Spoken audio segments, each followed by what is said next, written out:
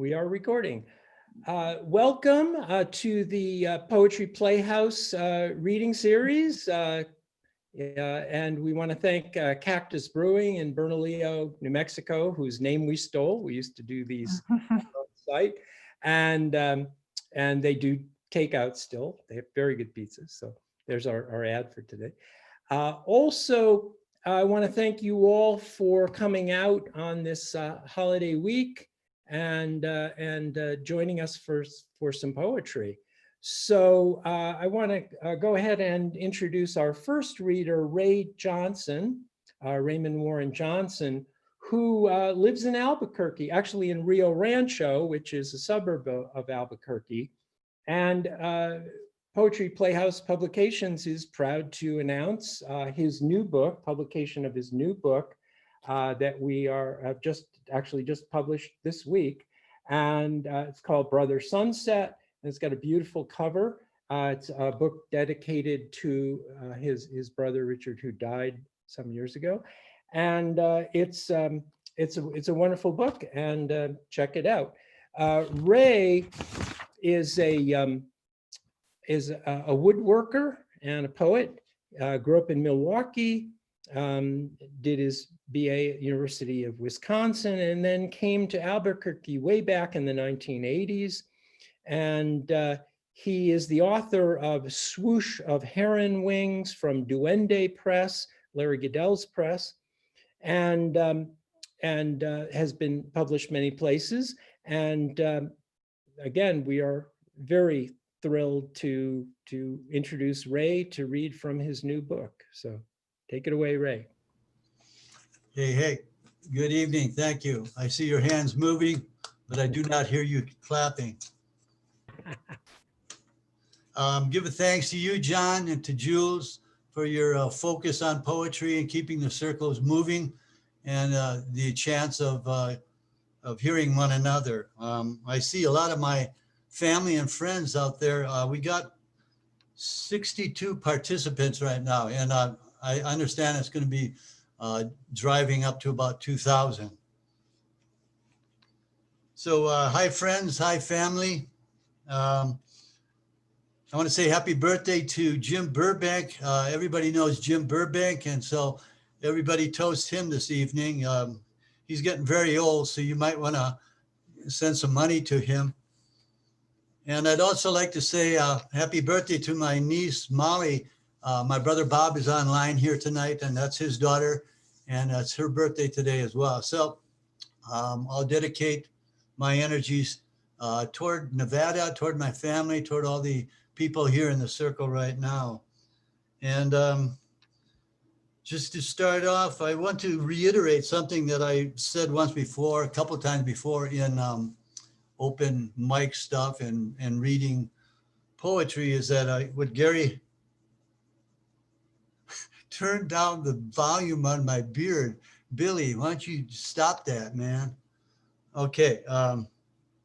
Gary Snyder said once that poetry is meant to be heard, and that we are here to listen to one another. And it's a different way of thinking, and you're working with metaphor, and you're working with juxtaposition, and you're listening for meaning, and everybody has their own life. So with that in mind, I would like you to travel along with me for this short 20 minutes of poetry, and listen to my audio prompts, I guess you would say. And dare I say, also, if you wish, it would not be frowned upon if you closed your eyes and just went with the words for a while. But if you're snoring, please mute yourself. The book itself starts off with a poem to my father, and it's called Rain Dancer. And so out of dear respect and love for my father, I will start with that poem. It's called Rain Dancer. My father was a rain dancer. He walked between drops, was dry, and his daily exchanges in his long dreams lured growth out of everything. My father would wear a black hat just to evoke Zorro from his allies, and rain followed him up the desert arroyo. My father would meet me among boulders where we would talk about essence and meaning. He didn't lecture. He was too shy for that, but he would bring down the rain to emphasize a point, like death is not a barrier, but an opening. My father encouraged the timid out of their hiding and spoke a hush word with his presence, a presence understood and lifted from the smallest particulars of life. He was a rain dancer without form. Ethereal drops would cool the brow and set us to wondering why we cry at times with pain and laugh so buoyantly at the drop of a hat as when he tweaked reality with a smirk, a pun. There always are people tucked in the corners of the world who honor rain dancers and set up altars in the mind to remind them of blessed liquidness and opportunity to be aware. The rain dancer chooses his time to gesture toward the inexplicable and precipitate over sand. His is a draw toward unity without excess, a lilac leafing, a subtle musical fragrance. My father, the rain dancer.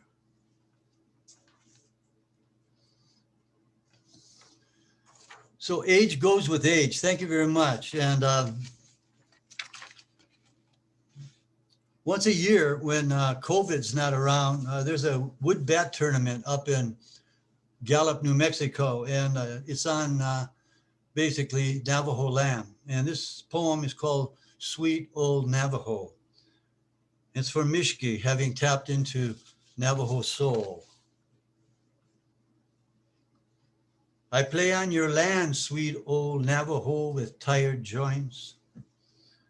Your cloudy eyes forever see the other side of what we ball players agree is the diamond. Brushing shoulders in the infield, I thank you for your gracious gaze. Open vistas on red mesas you've spun for us, for telling storms fast approach. You've opened your ancestors' door, and I thank you. Coach Grandfather, let me tag you out at a double play, or tag me out at home. Oh, if Kit Carson ever knew. Too bad he fell into tortured violence in the field of manifesting destiny. So much to gain, so much to lose before our seventh inning stretch.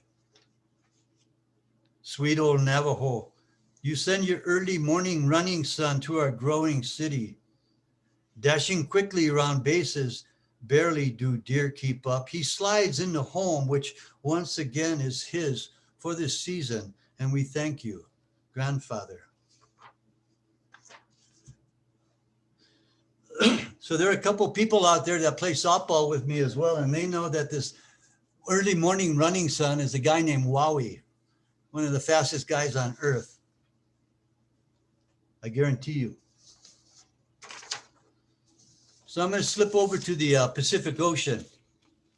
Travel along with me. It's called 2,400 Miles from Shore. Today I claim the Pacific and Hawaii is mine. Salt waves and sea rhythm, body floating, body surfing, mana forms me.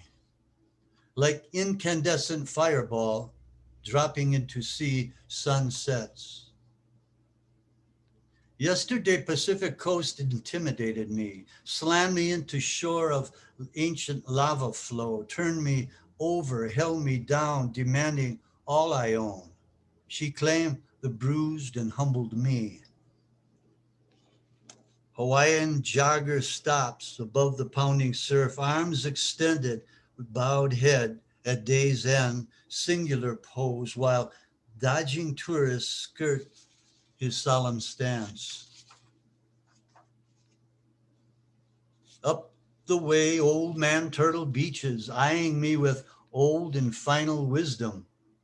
I confess ignorance, having just arrived, his time frame a click over from mine.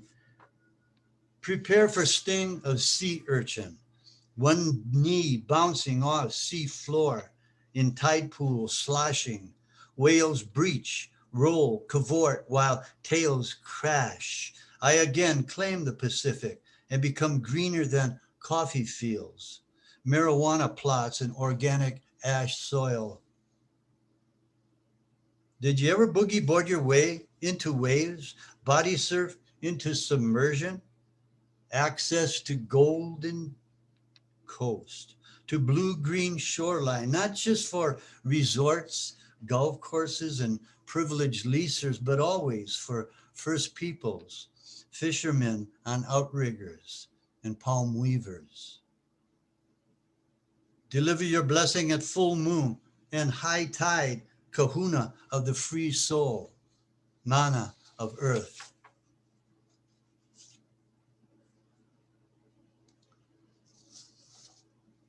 And here we are in Hawaii still. And here's a question I ask Pele, the mountain goddess. How does mana work in the physical? Is it in kids ever running, swimming, surfing, and top dog play, busting with waves next to whales, breach diving into hot blue Pacific sun? Our fine, tan, tattooed youth, lithe and handsome, the sensuous underpinning of Hapuna Beach mana? Passing intimate exchange with young Hawaiian woman, eye contact and laughter, either long lost uncle or some sweetheart in past life I am. Is mana connected with confident play? An orange something floats towards shore, pushed in by Pacific waves. A net bag for snorkel gear. A mana gift? Puaku tide pools rock, Pele. 3 sea turtles sloshing and cruising, feeding on scant seaweed. Coral heads like massive mushrooms, safe yet fragile, graze my bobbing body, become mana's piercing reminder that things are magnificently beautiful and terribly exposed. I am wounded by sea urchins as the old one warned. I am curious about magic, set free when I know.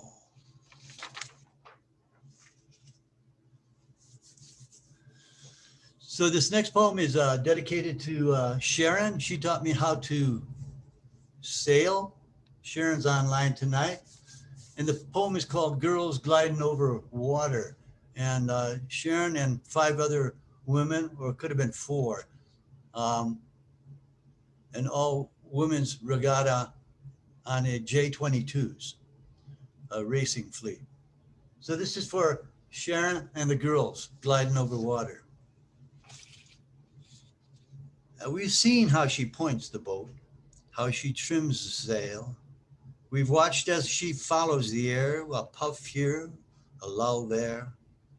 We know she's ready on foredeck, tuning forestay, jibing pole. Yet more than all that, she enjoys working with crew, knowing they're relatively new to each other, and everything, we mean everything she knows she knew with respect to water, wind, and J-22s, how they round, how they point to the finish, which is really the start in the circuit of girls gliding over water. Of all places to learn sailing, we did it at Elephant Butte.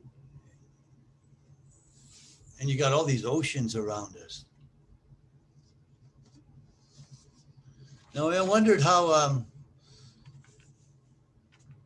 a portion of my past plays into my my character today. And at one time I was working on learning to box. Don't ask me why right now. I can't tell you. This is called From Bodhisattva. But when you step into the ring with intention that you bring, you'll hear the sing-song sing of Bodhisattva. With what spark and thrust you enter the rope box ring, assuring the outcome with a resounding ding from Bodhisattva. Eye to eye you cling as your heart takes sudden wing with the stoic ushering by Bodhisattva. and you gift an offering, a bona fide magic ring, you hear the registers ching ching from Bodhisattva. So Bodhisattva got his way into my life, that's okay. I'm fine with that. This next poem is called Indecisive Hesitator. Now put that in your mind, huh? Indecisive hesitator. He's imbecilic and paranoid, cannot cast his ashes to the water for fear of getting them wet. He's a lame unicorn in a mythic world. Come, ride him, translate his swiftness, for he's been on a merry-go-round, unable to make a leap in discovery, a loop in connection. Climate change.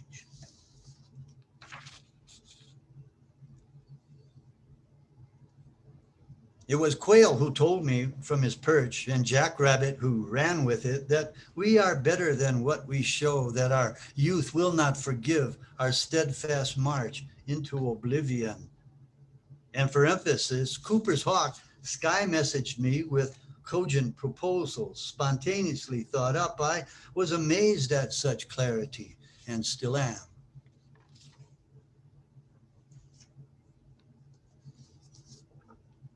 I like that when you wave like that, I know it's a clap, but it's also like, hey man, wait up now, hold on.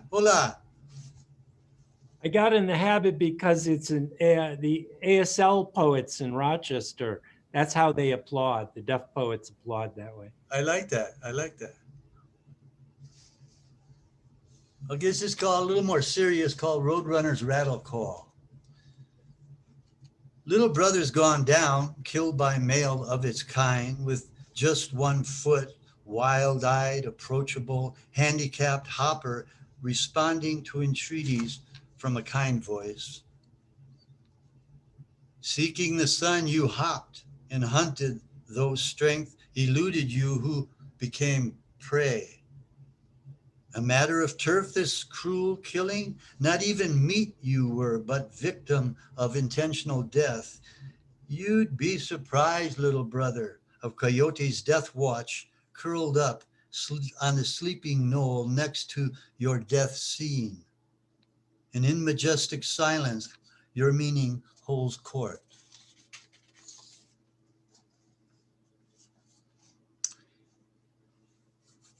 Now, if you're all familiar with a guy named Godfrey Reggio, he did a film called Koyaanisqatsi some time ago. It was a trilogy with Powakatsi, and I can't recall the other name of the other film. And I was shocked one morning on a New Year's morning when I read in the newspaper about what you hear. It's called Koyaanisqatsi Indicator, New Year's hallucination. A pile of dead coyotes found just outside Las Cruces, New Mexico today. Varmints, some call them, a game to kill for size and quantity, marked by wooden jaw blocks indicated dates and places. Fingerprints all over this butchery. Primitive, unthinking, quite scary, not even pelts, bones, meat used, no sanctity in cruel act, life out of balance, tipping to extreme, piling of coyotes. Be careful, little brothers. Hay hombres locos y violentos quienes, like unschooled boys, kill for excitement. Stay in the shadows. Cuídanse.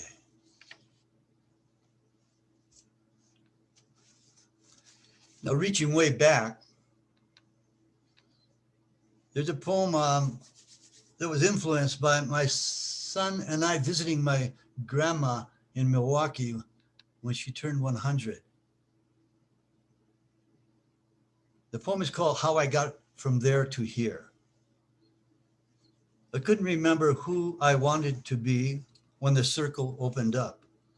Didn't want to run into a pole and knock myself senseless following my voracious brother's out into the world of possibilities and options. I knew I had the spunk and verve of grandma who lived a full 100 years, but wasn't sure where to plug in, when to cut the cord. And as grandma said, always look to those you love for guidance when matter-of-fact decision seems out of reach because they've been there, done that, and are alive to point out pitfalls and life's incongruities.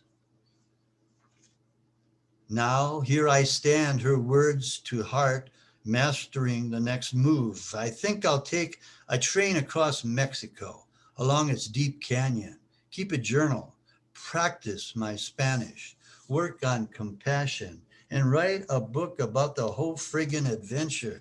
Like grandma said, enjoy life, then pausing.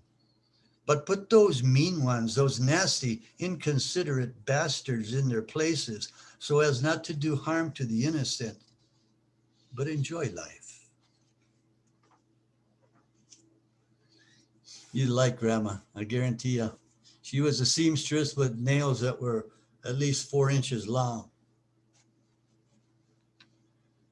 This next poem is dedicated to my son, Nathaniel. And the poem is called Straight Up You Told Me. And Nathaniel is online here tonight under the pseudonym of Katie, I think. In fact, Nathaniel just got married a couple months ago to Katie. They married themselves. Oh, a big sir at first. And I think they don't mind if I say so, but they're going to have a baby next year. Yes, sirree. So congratulations, mijo. Straight up, you told me. Straight up, you told me Palestine's a camp encircled by chains, hounded by occupiers, and still the people there are so good and some so very hopeful. You brought your heart to the right spot at the right time, by now a habit, and invested justice at a common level.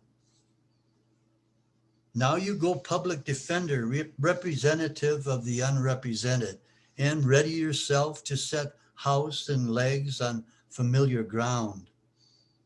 Your brother waits with little league team and coach's position standing. You offer good energy aplenty and know well that small, sincere gestures are remarkably effective and humor buffers blind, angry actions of ignorant misguiders. You won't allow false calculations uncontested. That's what I love about you. Ain't no way to get around simple, satisfying truth. Tell me Israeli sand has scratched your eye, and now you heal with ancient salve, just yesterday applied. You, man of justice, of youthful vision, indignant and mad, yet prophetically placed in the mix while others await you on the next level of compassion. So I have 3 more offerings before Sandra takes the microphone and gives us her poetic view of the world. And I find it an honor to be in this setting right now of people listening to one another. And the thing about Zoom and virtual is that you really do get to see people's faces. When you're at a reading, big crowds, it's pretty much spotlight on the reader and not too much on the audience, but I can see each one of you. And if I scroll down, I can tell who's awake. So here's 2 love poems. Under every autumn leaf. Love is under every autumn leaf.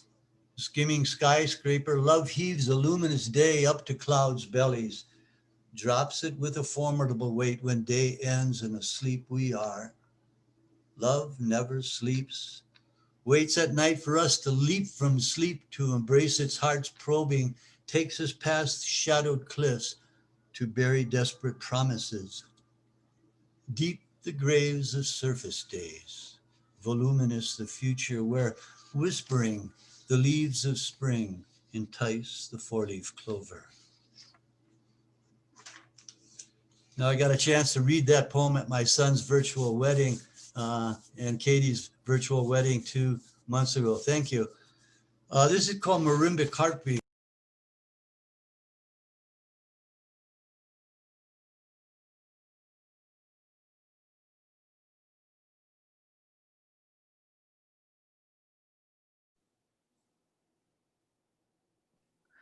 Ray, your mic is off.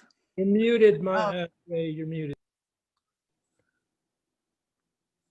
Okay, we're gonna Oh, find there out. you go. There you go. Okay. John, did you do that? Okay, we're gonna keep an eye on you now.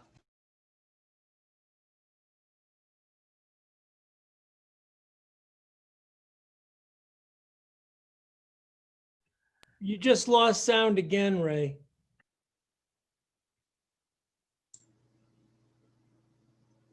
Okay, it must be you, Jules. You must be doing that. I don't know. I haven't done anything, but we'll Okay. see. We'll My try. hands are right here. I would bring marimbas to your ears. Oaxacan heartbeat of night on the flight of this our ecstatic beginning.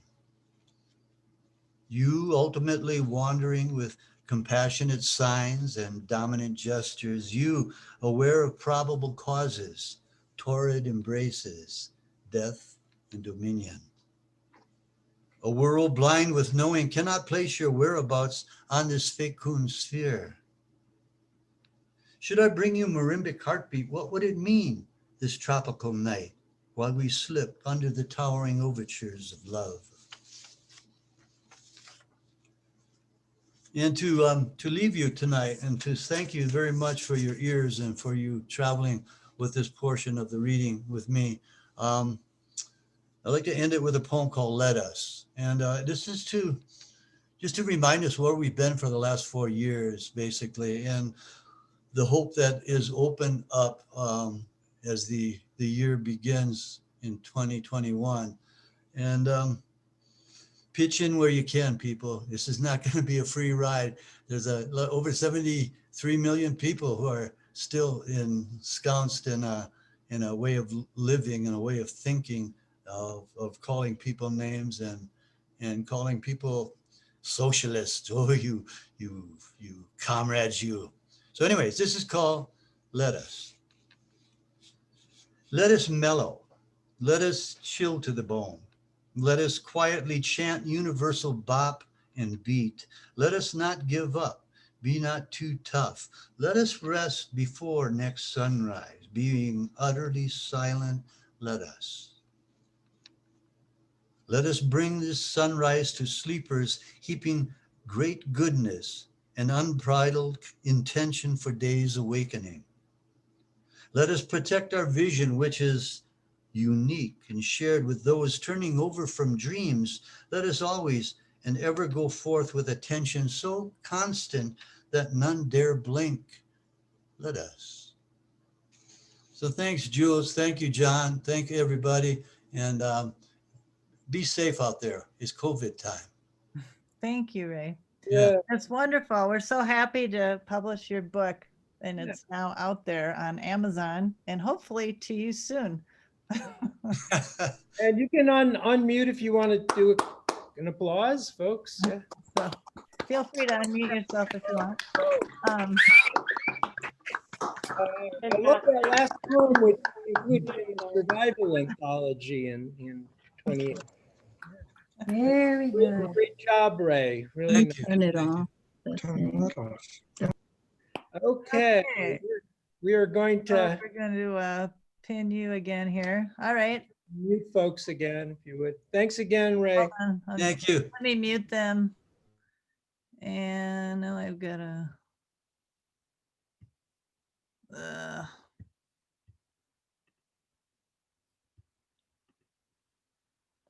Okay, I'm just Jan,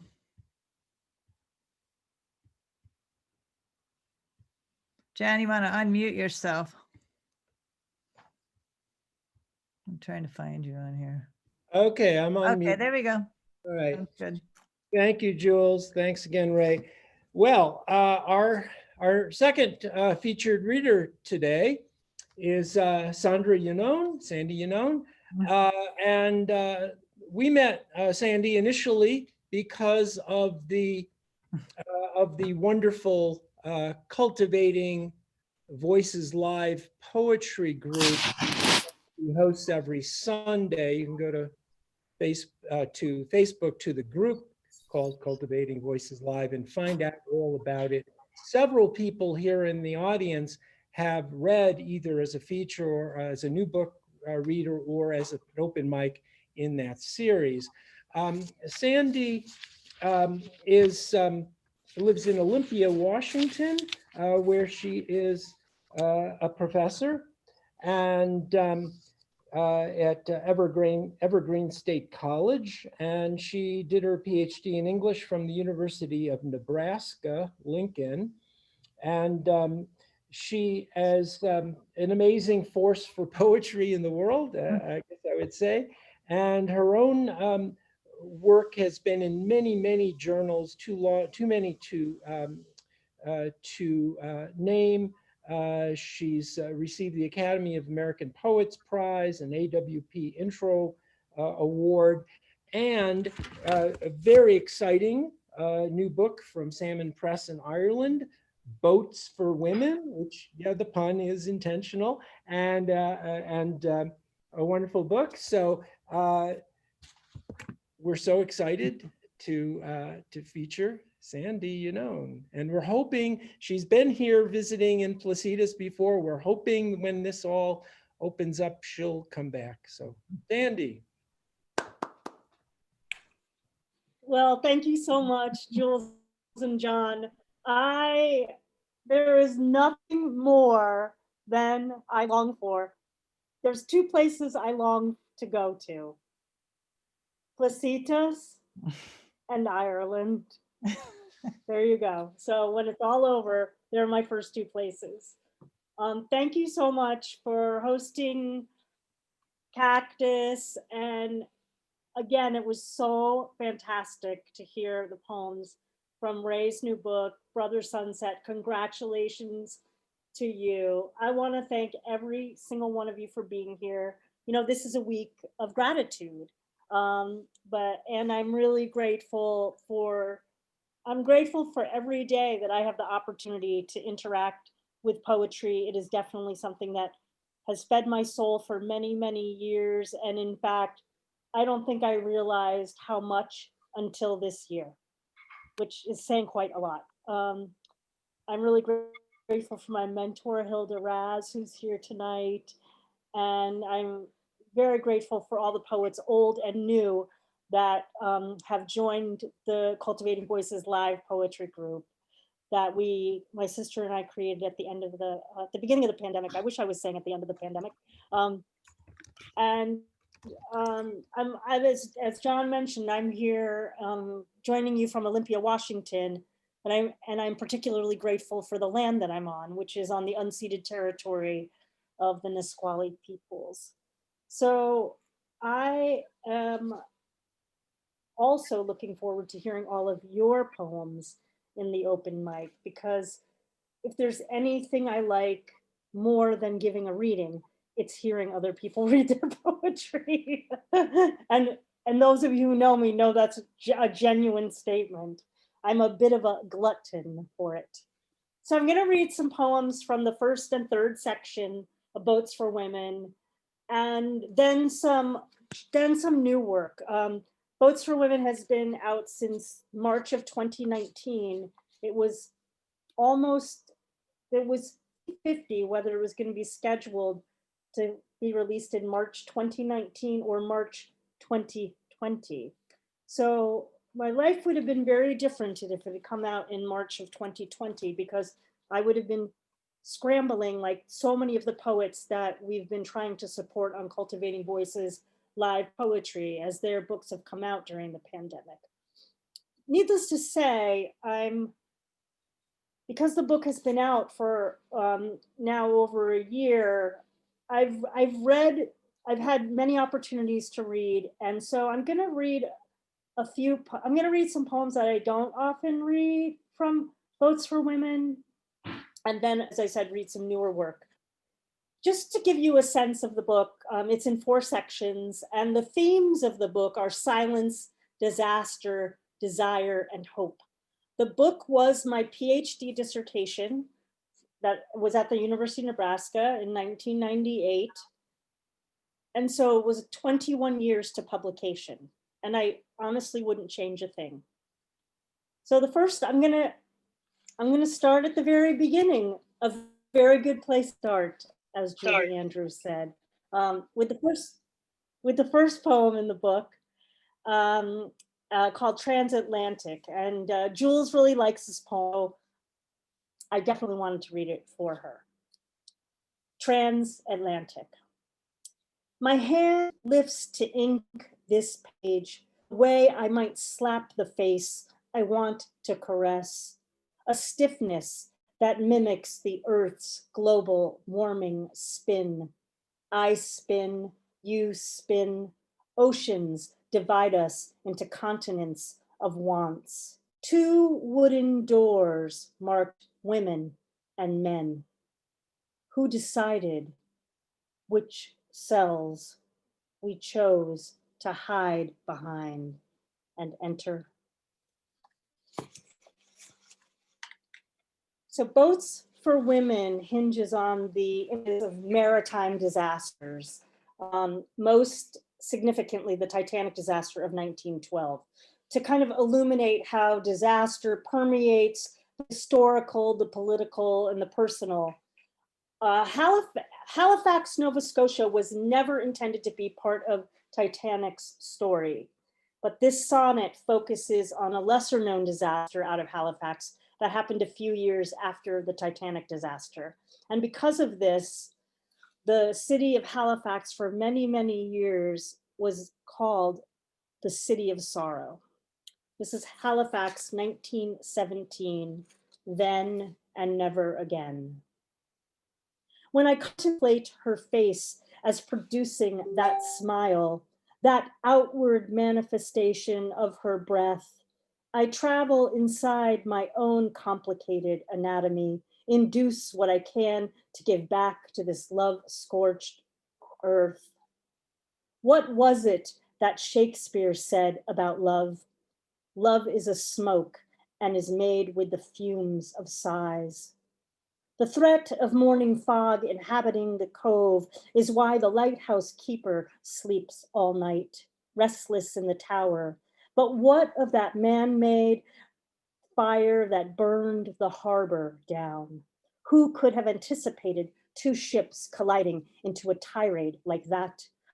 One that conflagrated the properties of fate and stole the air from the lungs of 2,000 lives in one horrific breath. All of Halifax inhaled smoke and either woke to the nightmarish hot sun surviving outside their steaming windows or never broke from sleep. I tell myself this story again, why? To keep my fire from burning its death-defying lie.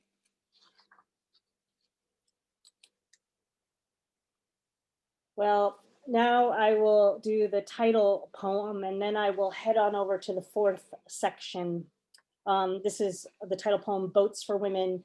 And as John mentioned, it does have an intentional echo to Votes for Women. It was based on a cartoon of a political cartoon that came out right after the disaster, where a suffragist was standing in the lifeboat with her sash. And instead of it saying Votes for Women, it said Boats for Women, because of the call for women and children first, while the suffragists were clamoring for equal rights. So there's a bit of irony. Boats for Women. Yes, the boat sank. Yes, it broke into like a stereotypical heart, but before it plummeted to depths no one could measure until 70 years later, technology caught up and looked its ancestors in the face. Yes is the way the years oxidize the steel, and yes wipes the name Titanic off the bow. Yes are the lifeboats, the davits, the call for women and children first. Yes are the men who cry from the decks. Sometimes when I kiss her, I am leaving a yes on her lips to let her know I will go down with this ship. Sometimes when she whispers yes, staying on board, but there is always room in the lifeboats for 2 more women. Yes is the fact that if we were alive on that night, we would have lived.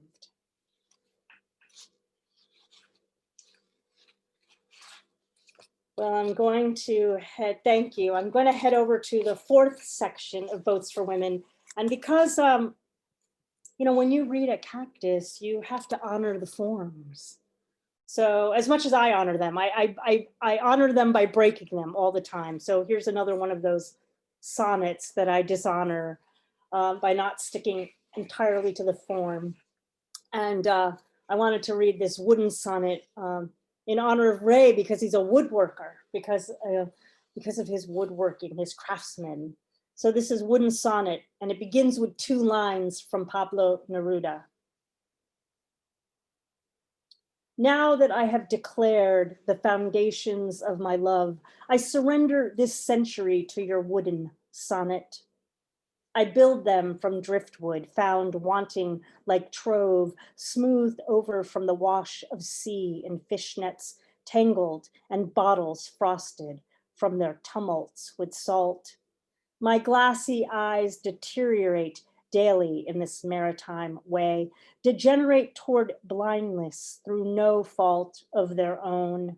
I squint to find your face and betray my gaze as something less than capable of seeing the future in anything other than splintered light displaced.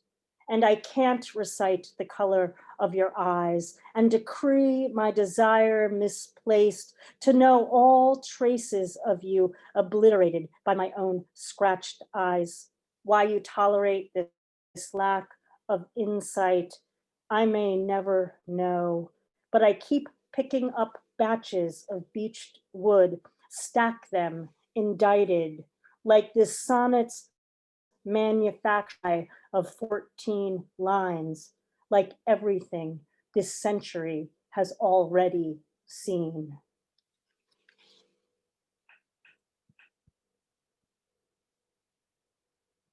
Well, there's some Nebraskans here, or former Nebraskans, and I wanted to bring a poet from Nebraska into the reading, Weldon Keys, into the room. And with this poem has cameos by Capote and Warhol. And this is an anniversary poem, as you'll see from the title. Weldon Keys crashes the black and white ball, New York City, November 1966. Masked at the Plaza Hotel, at the party to end all parties, to celebrate In Cold Blood's release. Weldon's been presumed dead for 11 years. A faithful few still fantasize about a life underground in Mexico, though none have read his work lately, if ever. What are you drinking, old boy? He asks Truman as if it were yesterday, 1948 at the Algonquin Hotel. Truman raises his mask, then an eyebrow, then his empty glass. Why, whatever you'll give me, you cunning devil. The drawl underneath Capote's lisp, familiar enough that Keats doesn't flinch at the hint of proposition as he once or twice did. Out of the corner of his eye and across the assembled mayhem, Warhol's jealous of everything. The masked man, Truman, the glint of success he detects in Capote's eyes, that diamond dust look that comes from rave reviews, sex and death. Weldon's been dead now for 11 years, free-falling from the Golden Gate Bridge like the silhouette of one of Warhol's suicides caught mid-air en route to a Manhattan sidewalk death. Truman moves in a little closer, licks his lips. How dapper boy do you ever find his way from that Cornhusker state to back here, swishing his hand toward the ballroom sky, the ash from Capote's cigarette raining down like a ticker tape parade.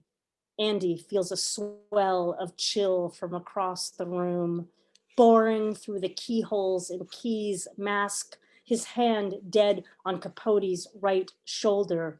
Weldon confirms with a wry twist of mustached lips.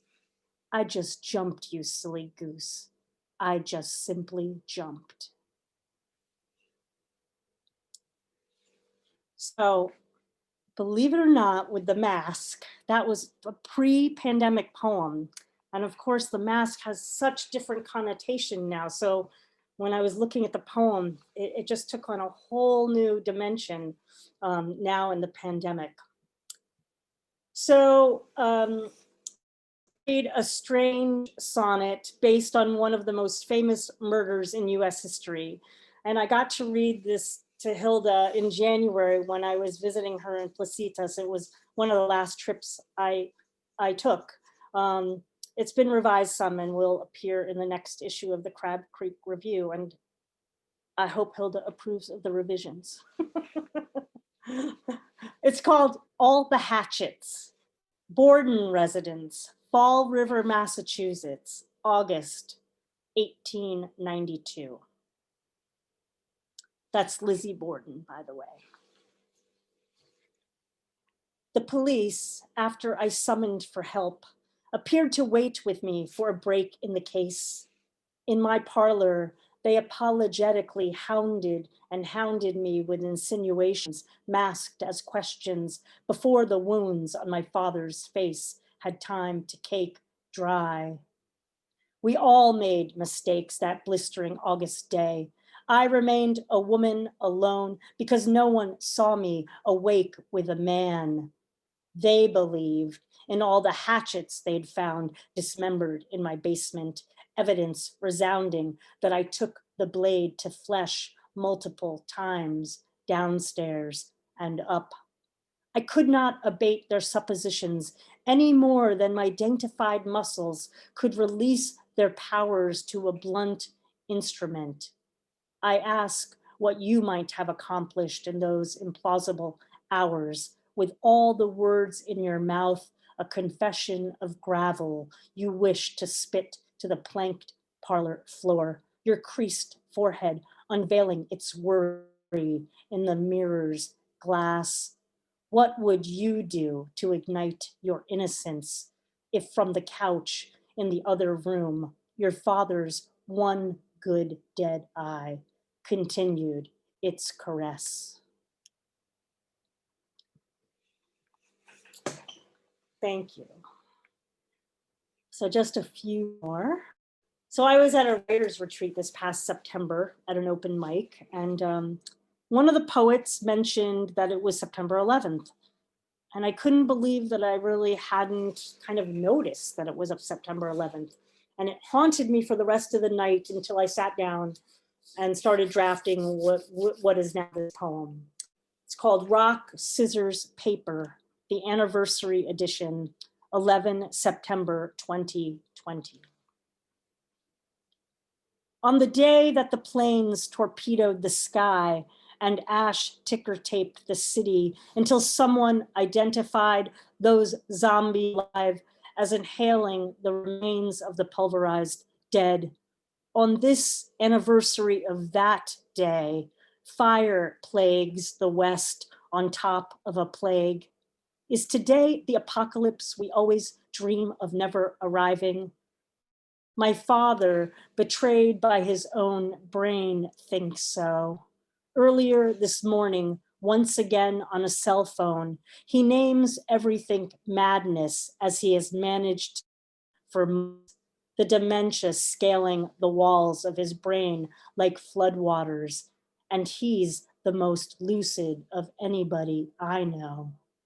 The sun, a round creamsicle lozenge, I would pull down from the sky and swallow, if not for knowing how it would burn, setting inside my throat and rendering me speechless. And if not September, I'd believe I was witness to an afternoon's delight of winter, the sky, a light flowering of snow.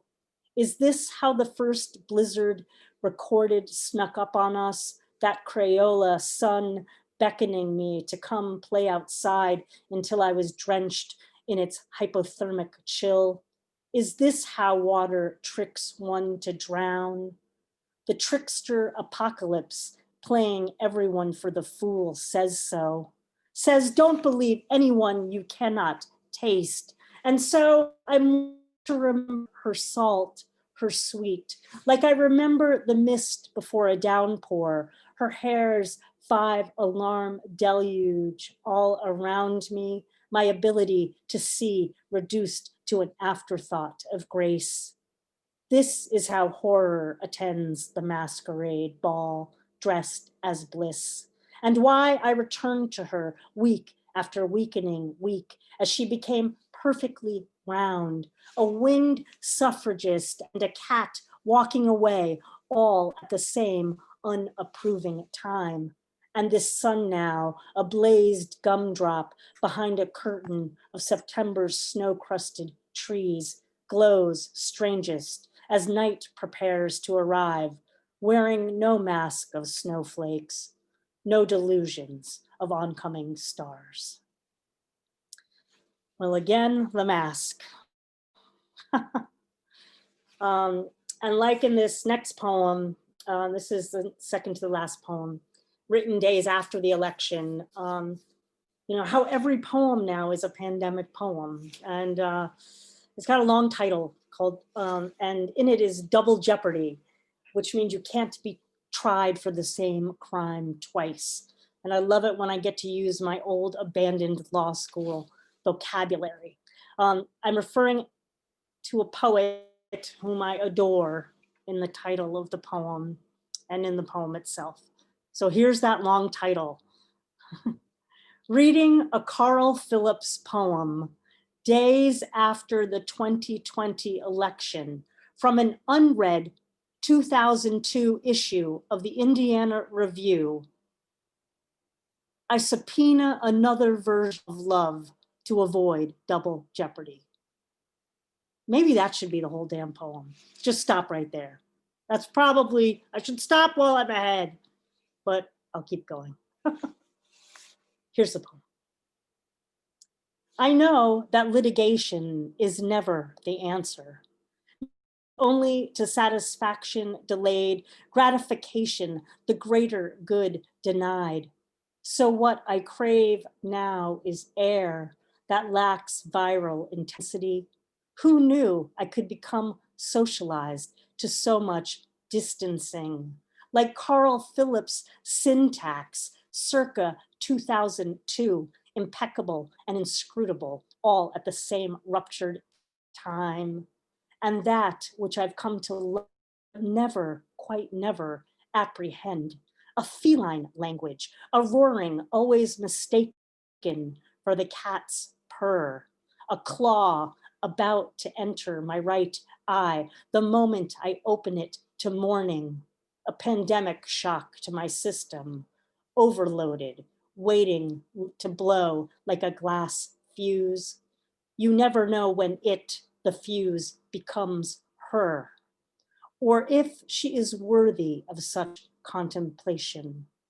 You want, of course, to believe she is perfect grammar, but what you don't know is like the future remembered, a shirt worn inside out, a kiss given, now backpedaling, and you watching every frame of her face retreating in slow reverse, while on your lips that evaporating inappropriate residue, an ember of touch.